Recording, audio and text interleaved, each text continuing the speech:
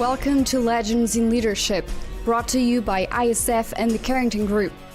Legends in Leadership is an inspirational podcast featuring the stories of leaders who are making a difference.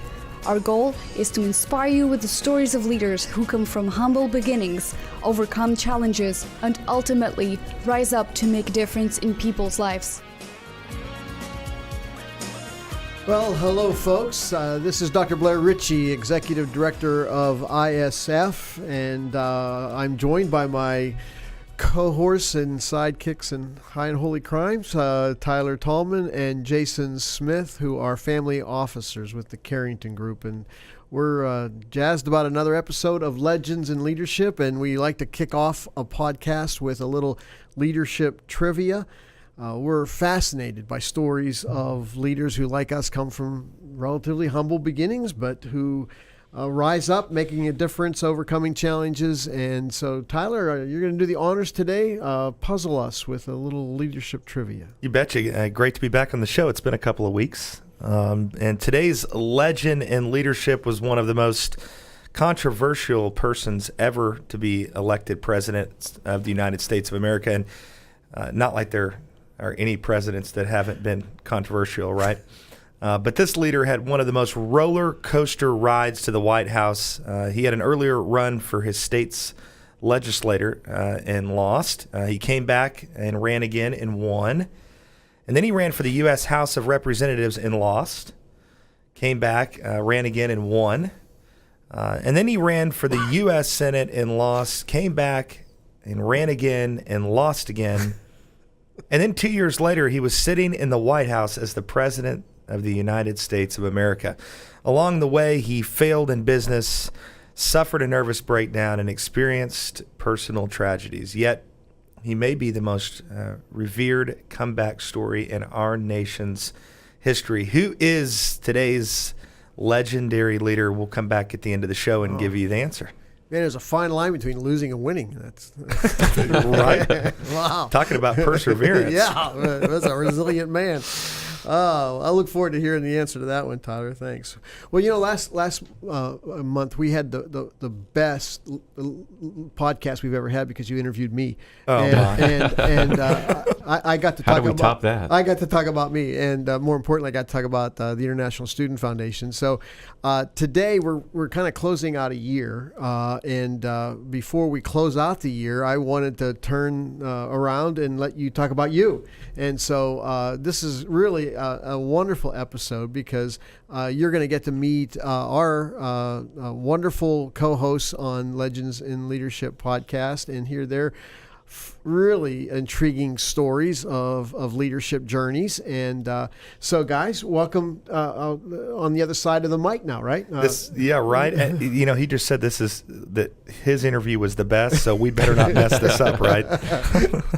Well, you get to talk about your favorite subjects, right? And that's how we all are. We all love to talk about ourselves. But seriously, I think we always explore how people get to be who they are. And so let's talk about your journey. And Jason, when you start us off, how'd you get to be you? Where'd you start out in life with? And the influences in your family, the growing up. Sure. Yeah. Well, I grew up in southern Louisiana, just a little bit south of New Orleans, and had a fantastic childhood. I have my two sisters and brother. I'm the oldest of the four of us. And just really had a great childhood. And one of the biggest factors in my life was just being born with one hand was, obviously a little bit different than typical. And so it taught me a lot of life lessons early on, and many of those through my parents, which really instilled a sense of determination in me and hard work, and that the things you want in life are achievable if you're willing to do what it takes to get there. And I'd say more by example than their words. They showed me how to work hard. My dad is one of the hardest working people I've ever known still.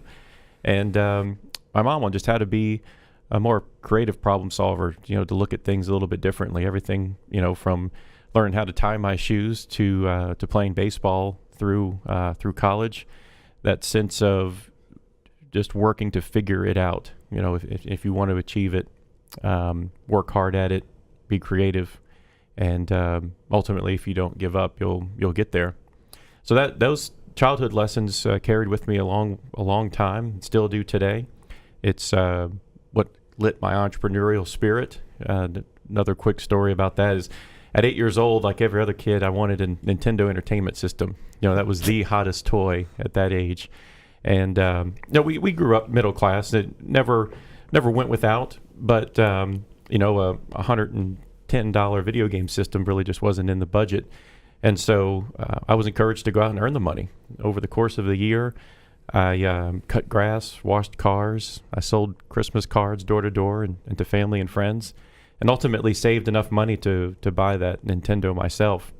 And so that lesson early on in life is really what ignited that entrepreneurial spirit in me, that we live in a very unique country in that if you truly want something and are willing to be creative and willing to put in the work, you can achieve it.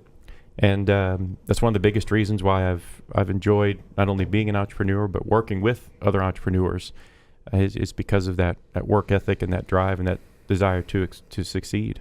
I'm intrigued with your handicap. You had to be told a lot. You can't do this because you can't do. How did you deal with that?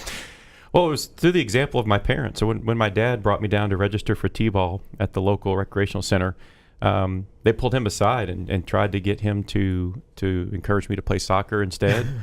And I still remember, even at only 5 years old, I remember just being about eye level with the table that we were standing at trying to register. And he looked at me and said, "Hey, do you really want to play baseball?" I said, "Yeah, absolutely." And he fought on my behalf. He said he's going to play, let him play. And I guess there was concerns about me getting hurt, being able to switch the glove back and forth to throw. The irony is that in T-ball you use a rag ball. I mean, it's nothing more than like a ball of socks. But that was an inspiring moment for me. Something that's lasted all of my life was that.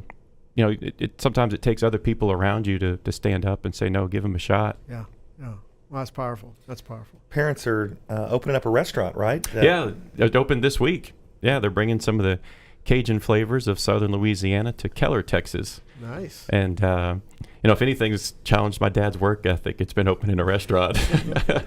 Right. It takes an incredible amount of dedication and really passion and love for the food and for the culture to handle the myriad of tasks involved in serving folks a good meal in a fun environment.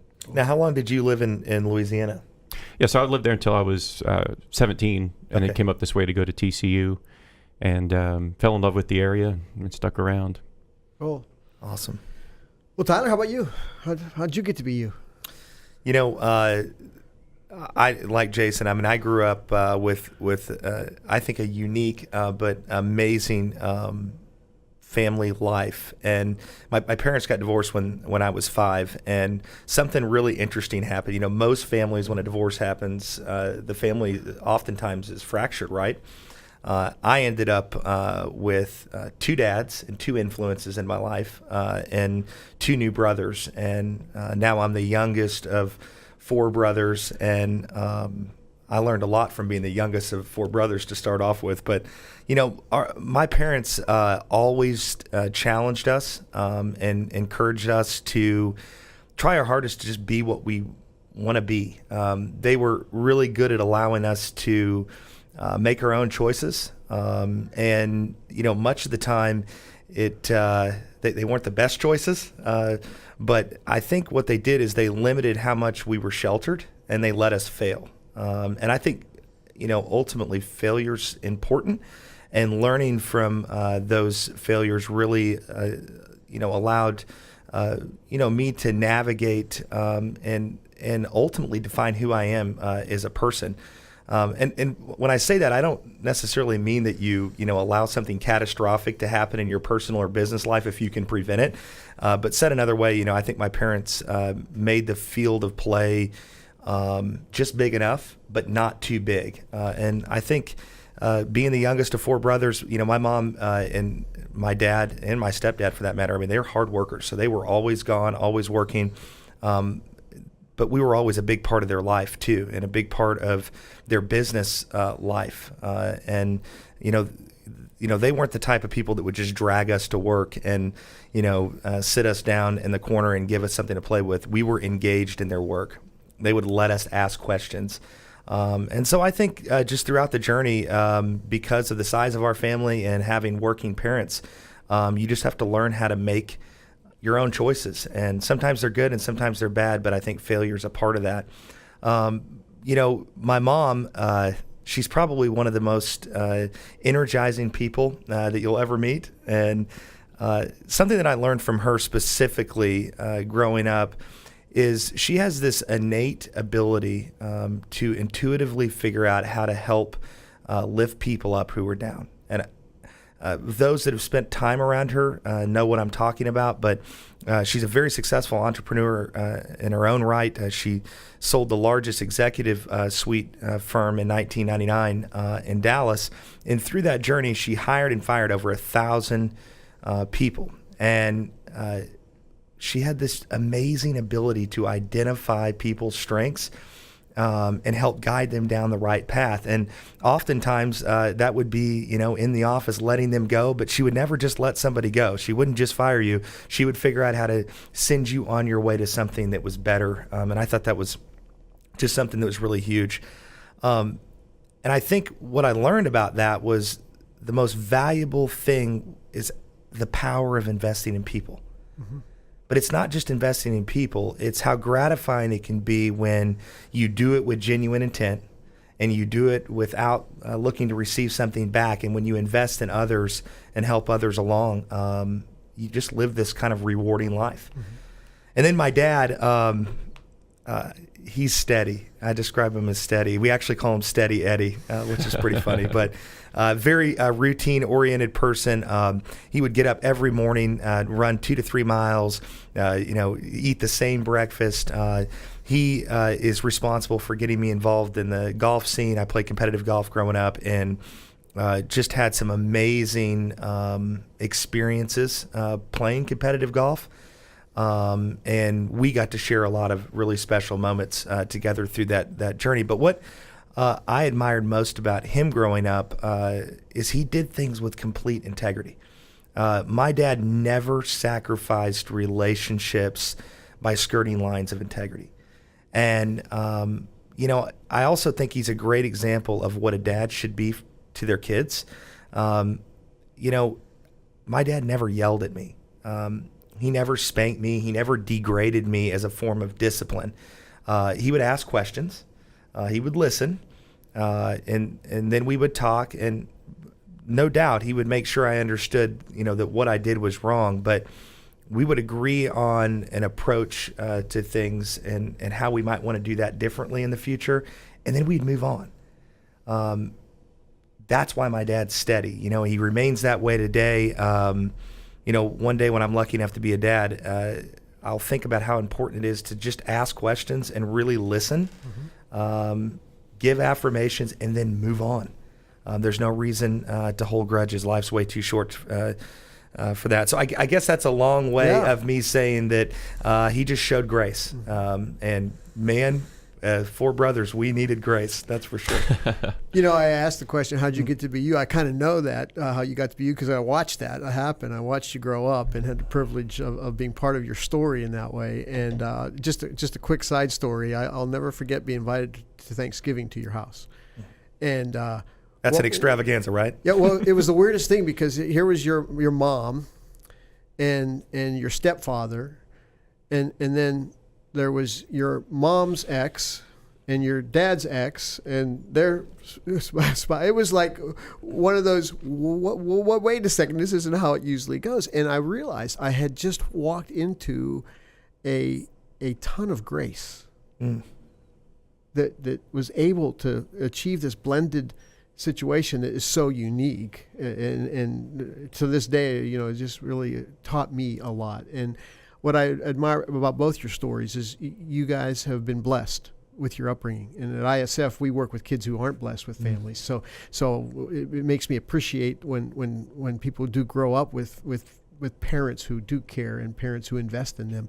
But what I admire about you guys is you've taken that investment that's been made in you, and now you're living your dream. You're achieving, and that's pretty cool. Mm-hmm. So let's pick up your story, because both of you guys did go to college, and outside of in finding a football team to root for, the horny frogs or whatever you guys. Anna, you can start playing the fight music now if you want. Talk about the influence college was for you. What was your biggest takeaway, especially in the leadership side from college, Jason? Yeah, for me, it was moving away to go to college. From New Orleans up to Fort Worth, Texas, to go to TCU.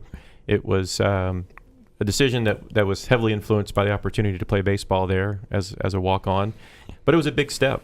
To move out from home, and I was a younger freshman. I was 17 when I started college, just based on my birth date. So it was a pretty big leap of faith, to move that far away, about a 9-hour drive from home, and really just to jump in with both feet, and at that point be forced to figure out yourself, in many ways. So it was great to have the camaraderie of a baseball team around me as that happened. My brush with fame is I got to play with Nolan Ryan's youngest son, Reese Ryan, at TCU. Nice. Incredible person. So yeah, just to have that camaraderie around a team was very helpful in that transition. And one of the things I picked up, I went to the business school, an e-business degree, an information systems degree.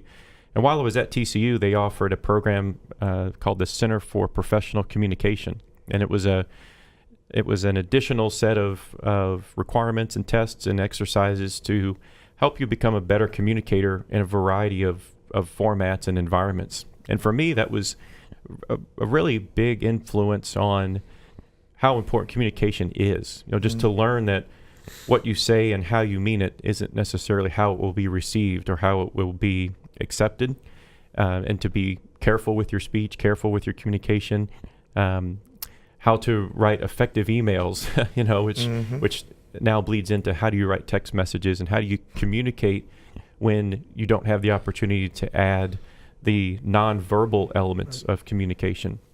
So for me, I think one of the biggest takeaways from TCU in the academic side was that communication piece. And then my major program required group projects. So how do you work with other people with their own busy schedules? I'm on the baseball field from basically 1 to 6:30 p.m. And there's other people who are busy in the mornings and taking their classes in the evenings. So developing team dynamics. I'd say one of the biggest leadership lessons I've learned throughout various environments, college, baseball, corporate career, is that I'm the type that is intentional about when I'm going to step up and take a leadership role and when I'm going to allow someone else to assume that role, and developing a sense for when is my leadership needed versus when is more of my contribution to another leader needed. And that was one of the things I picked up on at TCU was, let's figure out in which areas each of us needs to step up and lead, and when do we need people to huddle around that leader and contribute and commit to what it is that they need to accomplish with us. Good stuff. How about you, Tyler? Your time at TCU? Unbelievable. People ask me, what do you think of your college experience? And I just say, college was an incredible experience. I mean, met amazing friends, built just lifetime relationships that I truly cherish. My journey and how I got to TCU is a little bit different. I was trying to figure out what I wanted to do. I had started a small business, a swimming pool maintenance and repair company in high school, which is a whole nother story, which we need another podcast for. But I got into that, and it was growing when I graduated high school. And so my parents made a deal with me. They said, if you'll stay back and you'll find somebody that can run that for you, because we don't want to see it go to waste, then and go to community college, then we'll let you go anywhere you want to go. And of course, I'm an average student, so I'm thinking, all right, well, anywhere I want to go, I wonder what that looks like. And so I looked around the Metroplex and tried to figure out what would make the most sense, and had some family friends that gave me a tour at TCU, and just immediately fell in love with the school and what it's about, and the people. And it's really a family environment over there that's just really different and unique. And college was awesome. I mean, when I look at college, I tell people all the time, my god sister, she's just started over there, or she's actually wrapping up over there. She asked me for advice, and I said, look, college is about prioritizing your time. It's how well you can organize yourself, and it's a discipline. It's not easy. I can tell you for me, it wasn't necessarily easy. I did enjoy socializing way too much at times, but it's way more than just a test. It's way more than taking tests. The biggest challenge of it is the first time you experience a lot of things from friendships to relationships to juggling a million different things. I was lucky enough to serve my fraternity as their president, which was, by the way, one of the most unique experiences of my life, but also I think rewarding because I got to meet a lot of people in leadership roles across our campus and just got to see the depth and the power of the people that are a part of that faculty over there. It really is a family environment. So point of it is that when I look back at college, I think to myself, you really don't get your master's degree until you get out and you get in whatever it is, the industry you're going to work in or the field you're in. And the most important thing that you can do is surround yourself with really great mentors. If you don't have a handful of people that you're leaning on when you get out in the workforce, then that's trouble. And don't be afraid to ride the coattails of people that are way smarter than you. I don't know if Jason can relate, but I wouldn't be where I am today without really riding the coattails of people that are way smarter than I am. So I think that's huge, and embrace it and have fun and enjoy the journey. So. It's interesting. The three of us we're in many ways very different because of our generations. I'm a 65-year-old guy who's kind of on the tail end of, or at least approaching more seasoned, I like to think about, right? And you guys are younger and see life through a different lens than I do. And I'm always intrigued by these leadership journeys because along the way, there's these eureka moments where you realize, I can be a leader.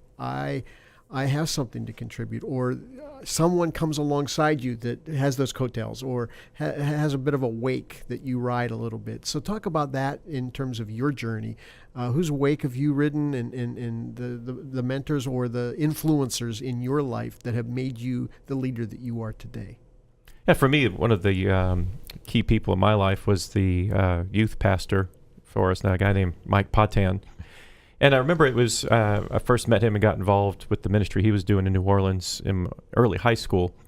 And that was kind of I think it's kind of a tough time for everyone, high school, when you're not a kid anymore, but you're not an adult, so you're trying to figure things out.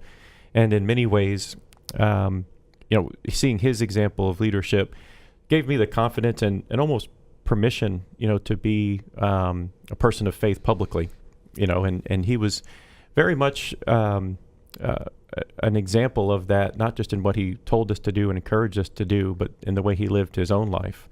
And part of our mission was to put on an annual youth conference. And so each of us, there was probably about 35 of us in this group that would put on an annual conference in New Orleans.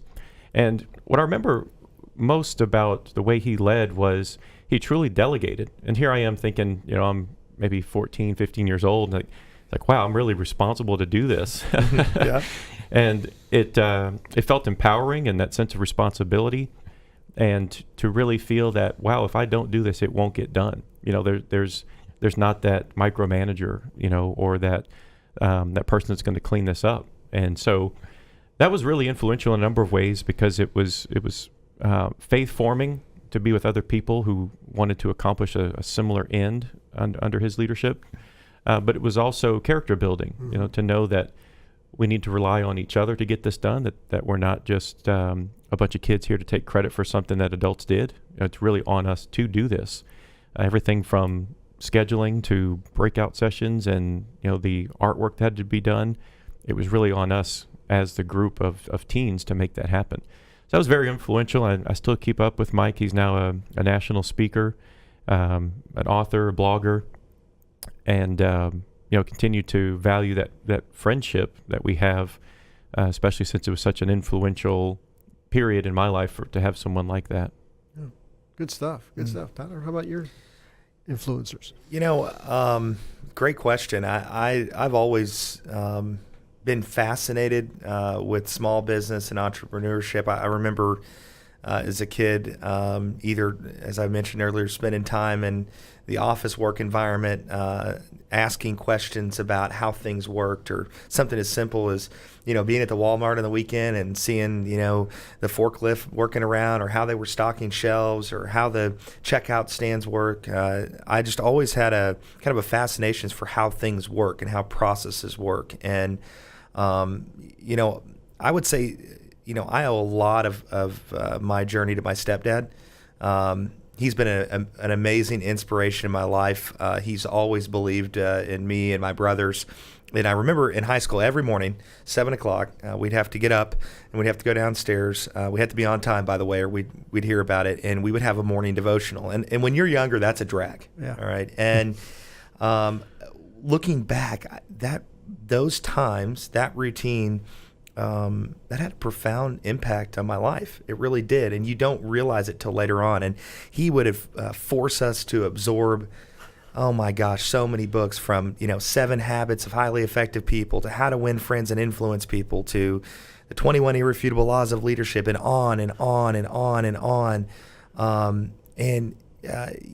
As big a drag as it seemed then it's the, the past, 10 years that I go, that was really valuable. That really mattered. And he just has this unique way of challenging you to become the best leader that you can be. He makes you critically think. Even my business partners will probably tell you, I'm maybe not the most patient person. I know my wife will tell you that for sure. But, he has really organically caused me to slow down as a leader over the years, and really contemplate decisions and really think through the impact that the decisions that you're making are going to have on others.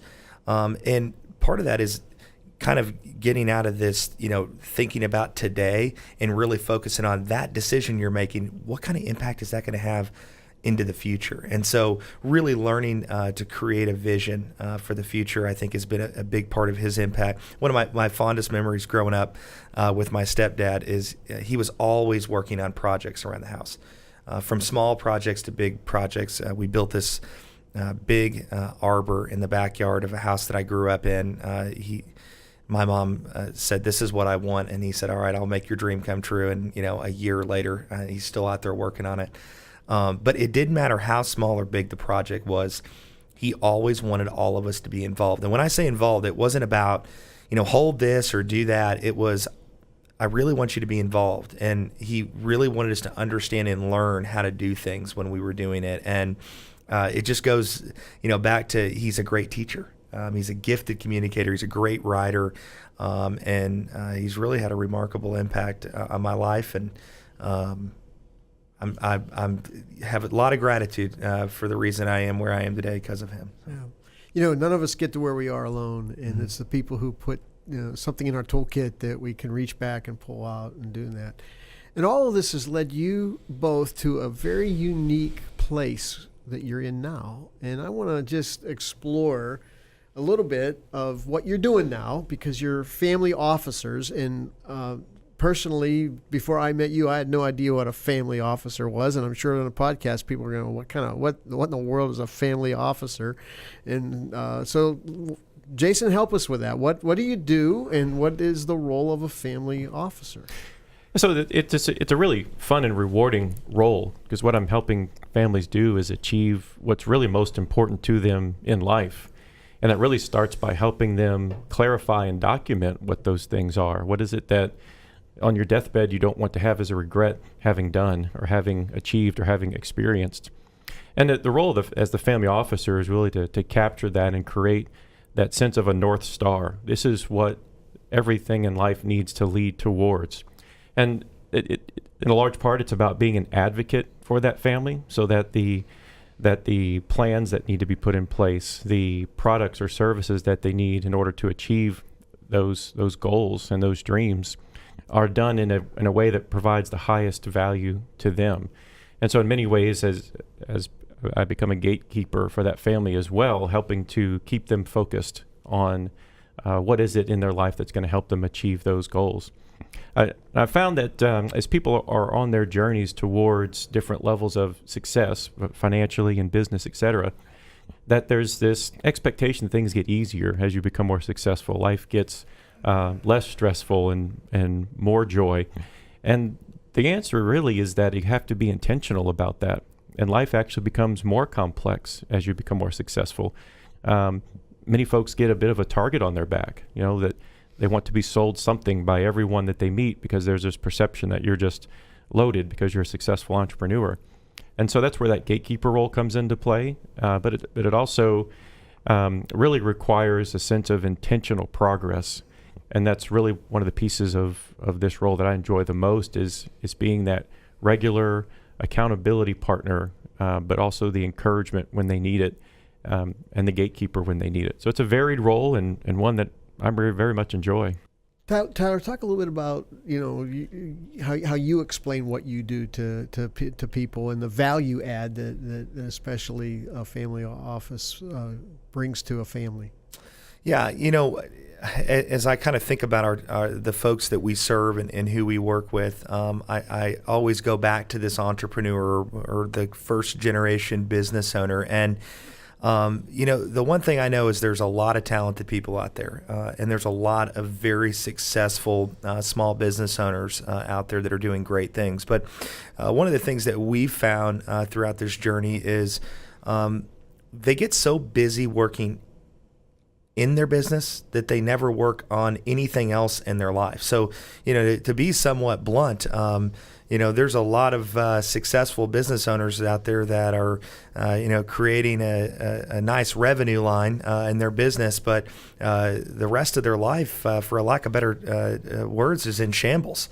And so it's this, the storm that's brewing, or the storm is already happening around them, that we're able to come in and just help them identify, first of all, how do we calm the storm down, but how do we really help you achieve what it is that you really want your life to look like? And I think that in itself is probably one of our biggest distinction points. We like to use the kind of the metaphor for building a house. It's similar to how people's lives look. And when you go build your dream home, what's the first thing you have to do?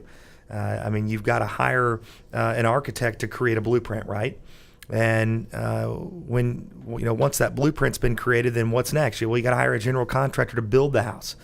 But I think one of the biggest missing pieces out there is once that house is built and you've moved in that house, who's taking care of all of the ongoing upkeep and all the ongoing maintenance of that house? And so, it doesn't mean that, these entrepreneurs or the folks that we're working with, again, these are smart people. So it doesn't mean that they don't know how to do this themselves. It's that we come around them and we give them the gift of time back. We give them the gift of security back to go pay attention to all this stuff that they don't want to look at, or that they don't know how to do, or maybe they do know how to do it and they just don't want to do it, and that's okay too. So I think that ongoing maintenance and upkeep is something that's missing across the board, and we step in and really help in that environment. Many of the entrepreneurs as well haven't realized that what got them here won't get them there. And so the resources and the approach that they've taken to get to a certain level of success really aren't going to allow them to break into that next level of success. And that's where I think we're solving this this sort of chicken or the egg problem, where how do you get to a level of wealth to gain access to that next level of advice without that next level of advice to get you to the next level of wealth? Mm-hmm. And so in our approach to family office, we're allowing people access to the information, to the strategies, to the way of thinking that's going to open them up to obtain that next level of success. Maybe before financially they would traditionally qualify for this type of service. Mm. Well, let's talk about that. What are the kinds of services then that if I retained you, would you be bringing to the table for me? So, we approach the process and we start off with what we call a bridge conversation. And it's about a 90 to 120 minute conversation that helps families gain the clarity and perspective on what's really important to them in their life. it's amazing when you get a husband and wife in the room and you shut down your cell phones and your iPads, potentially kids. You close the door and you put them in a quiet environment. Oftentimes they're having a conversation that they may or may not have ever had before in their life, or they haven't had it in a long time. And then that really then, Blair, identifies what happens next. As far as services go, we orchestrate a team that takes care of everything from tax issues, advanced tax planning, to legal issues, to estate and legacy desires of the families that we serve, to investments of all kinds. And on down the line to business consulting and planning. Everything from your most basic things could be budgeting for a family, all the way to helping them with corporate structure and helping them with their organizational structure. We're the team that doesn't have to be the expert at everything. It's our job to go coordinate and orchestrate that team of experts to take care of all those things in their life. And what's great about what we do is we get to meet the family wherever they are today and help them begin to move forward. It's not such a, it's actually the process that we follow that allows us to be so flexible in helping each family. And so that's very rewarding and very enjoyable, that we don't have to send people away and say, oh no, you're not quite ready for us to go do X, Y, and Z. It's like, no, let's help you where you are today. And the first step we take will be the one that's most important and most obviously needing to be addressed in your world right now. Is there a profile of a family who gets maximum return on the services? That's a great question. And I always, it's kind of the whole storytelling thing. So, for me, there's two families that I'm thinking of that come to mind that kind of demonstrate or, illustrate that it really doesn't matter necessarily what your net worth is per se, as to whether or not you're a good fit for us. I've got a family that has been wonderful to work with, and they have an extensive real estate portfolio, multiple houses across the country, and own multiple businesses, and we've helped them with all kinds of various complexities in their life, from risk mitigation to all kinds of legal issues, and they lean on us and pay us to take care of them, and so they can go enjoy their life. And on the other end of the spectrum, a family that I've been working with for a long time started off as a young couple with new kids, tons of college debt.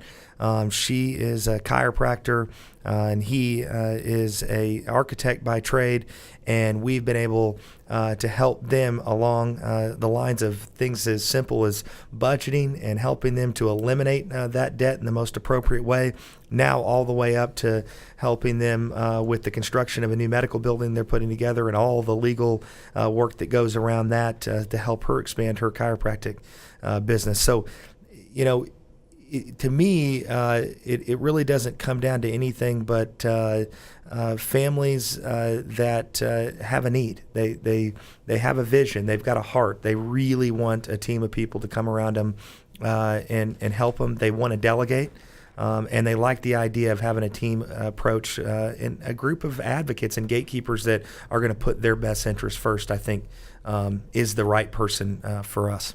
And I found the families that appreciate what we do really understand the concept of, regardless of the question, start with the family officer.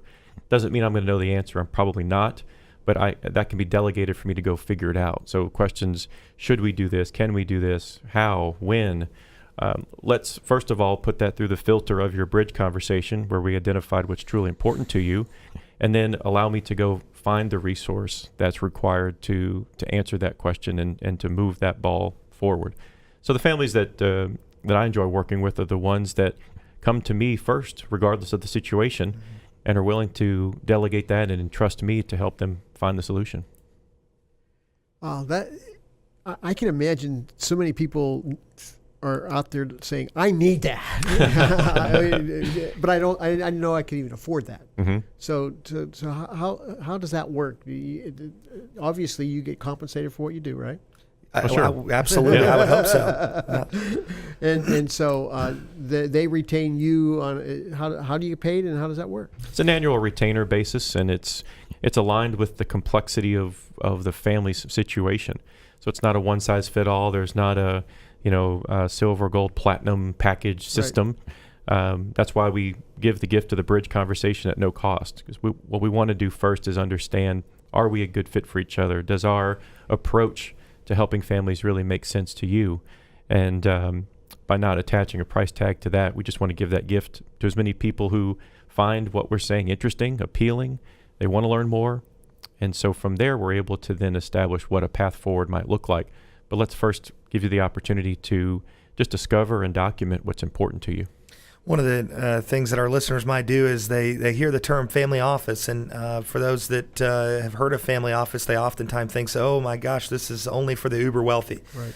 And one of the things that's made what we're doing unique is we saw a need to bring the services that the uber wealthy are used to obtaining and receiving, and to bring that down to what we call the mass affluent, or the first generation business owners, or the up and coming families. And so we figured out a way to eliminate conflicts of interest by not having retail compensation and things applied to the solutions we provide, and that we simply just get paid to be that advocate and to be that gatekeeper. So my encouragement for folks always is, don't worry about any of that. The bridge conversation is a gift that we love to give to as many people as we possibly can.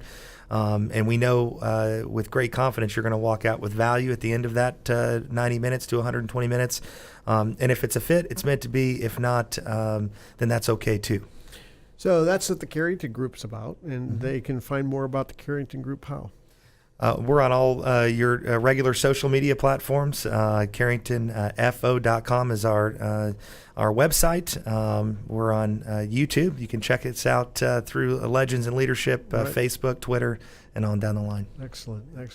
Well, we always ask our guests about the most impactful book or the most impactful leadership influence that they've had in life. So let's close out this section with that. So, Jason, how about for you? What was the... Oh, for me, it's a book called Now Discover Your Strengths. So much of I think high school and college and learning was to help address your weaknesses. How do we round you out? How do we pull up some of the areas you're deficient in? So to read the book Now Discover Your Strengths really opened up a whole new world, which was, there's these 5 strengths that you identify through a survey that goes along with the book. And it was just freeing to know that, yes, now I can leverage the things that are naturally innate within me, within my personality, within my likes, and go focus on those and use those better. And that was just a really eye-opening read for me, because, again, so much of schooling was about learning and rounding out and addressing deficiencies. It's like, wow, there's some things that are naturally present in me that can help make me successful. So that was truly a paradigm-shifting book for me. What about you, Tyler? Well, I'm going to take from one of our guests a few weeks ago. I've really gotten into podcasts lately, and our guest, Bart McCollum, put us on the Knowledge Project, and been listening to those podcasts, and just fascinating stories about leaders whose journeys have been somewhat complex, and just how they've been able to navigate that. And then there's also another podcast that I know that is absolutely incredible that people need to tune into. It's called Legends in Leadership, and I listen to that weekly. So I appreciate new listeners there. Shameless plug, man. We appreciate it. That's awesome. Well, we better wrap this up. And guys, thanks for sharing your stories. And it's been fun. It's been really fun. Looking forward to 2019, because we got some great guests coming along. And Absolutely, it'll be great to journey again into this whole legendary thing. But first, let's go back to the trivia question. You raised a fascinating profile of someone who failed a lot. Absolutely. And he made his way, didn't he? But he figured it out somewhere along the line. Yeah, the answer to the question today is Abraham Lincoln. And interesting that Lincoln is an idol, per se, of my stepdad. So when you walk around the house and places, there's a lot of things about Lincoln. So. Yeah. Well, these are days we've been thinking a lot about presidents with the passing of Bush 41, and certainly Lincoln's story is an inspiring one of failure that overcomes failure and perseveres. Man, So Bush it's great. talking about a guy that did it by taking the high road, right? Yeah, absolutely. Absolutely. Well, folks, thanks for spending a little time with us today, and I hope it's been inspiring to you as it's been enjoyable for us. And we look forward to 2019 and a lot of more opportunities to just learn a little bit more and help each other on our leadership journeys. Before we go, I just want to remind everyone of the great quote from John Quincy Adams, who reminded all of us that if your actions inspire others to dream more, learn more, do more, and become more, then you are a leader. Legends in Leadership is brought to you by ISF and Carrington Group. ISF is committed to leadership development for aged-out foster care and orphan youth. ISF's mission is to transform these youth into tomorrow's leaders with scholarships, mentoring, and leadership training. Google International Student Foundation to learn more. Carrington Group is a family office with a passion for helping business leaders and their families make smart choices and fulfill their highest aspirations. Google Carrington Group Dallas, Texas to learn more. Securities offered through Regulus Advisors, LLC. Member FINRA/SIPC. Investment advisory services offered through Regal Investment Advisors, LLC, and SEC-registered investment advisor. Regulus Advisors and Regal Investment Advisors are affiliated entities. Carrington Group and this broadcast are independent of Regulus Advisors and Regal Investment Advisors.